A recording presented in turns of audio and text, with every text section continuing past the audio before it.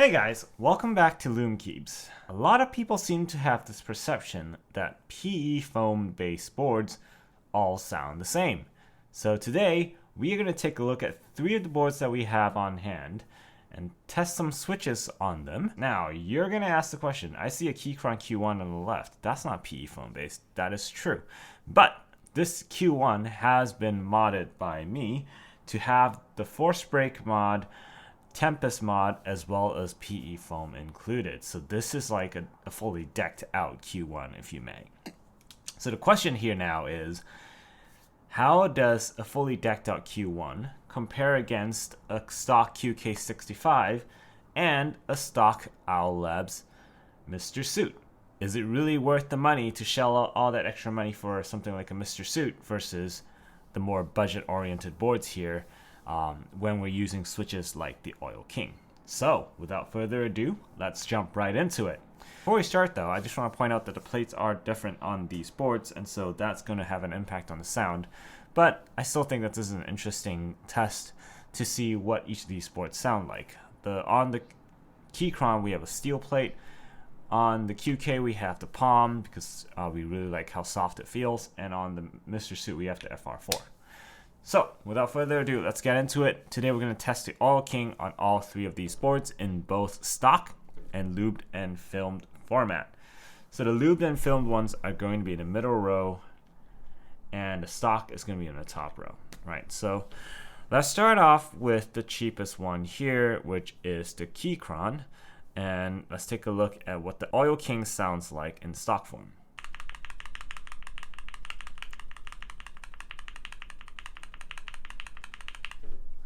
Now, let's see what it sounds like in lubed and film form.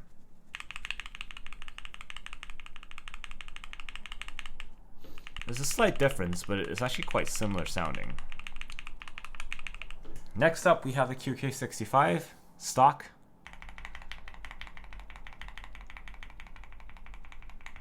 And lubed and filmed.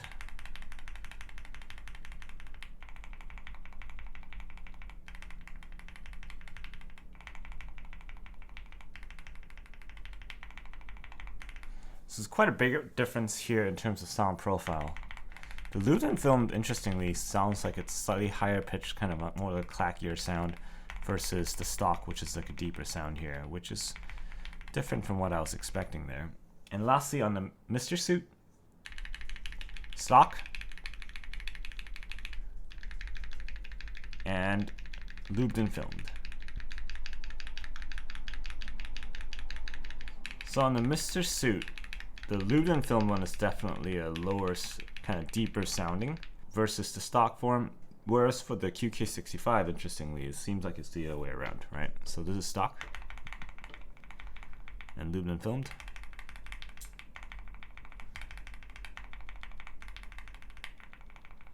It's quite interesting there. Now, keep in mind that these are also different keycap profiles, so that might have some slight influence into the sound.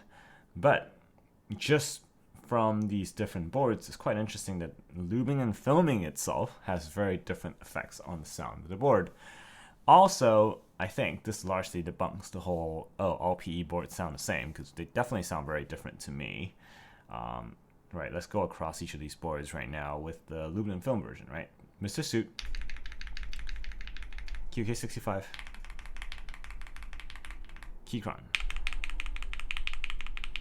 Completely different pitch, completely different sound profile. Yes, they all kind of still have a very marbly feel to it, but I would argue that they sound drastically different, right? All right, and now let's compare them in stock format.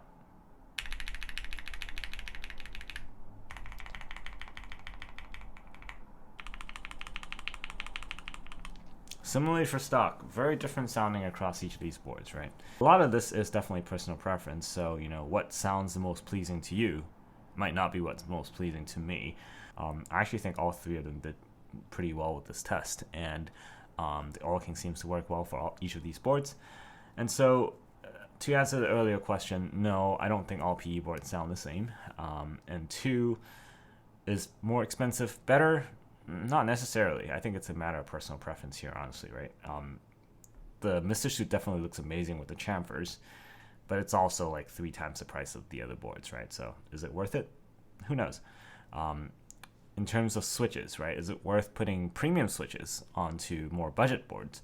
I definitely think it sounds really good, right? Like the Oil King sounded really good in the QK65 and also the Keychron, and so it's quite worthwhile, right? And keep in mind that switches, you can use the same premium switch with any of the boards that you have in the future. So if you upgrade boards, you can still use the same premium switch. So here is the conclusion of all the boards that we just tested.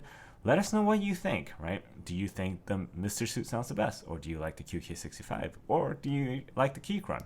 Leave us some comments down below. Please like and subscribe if you'd like to see more of this content.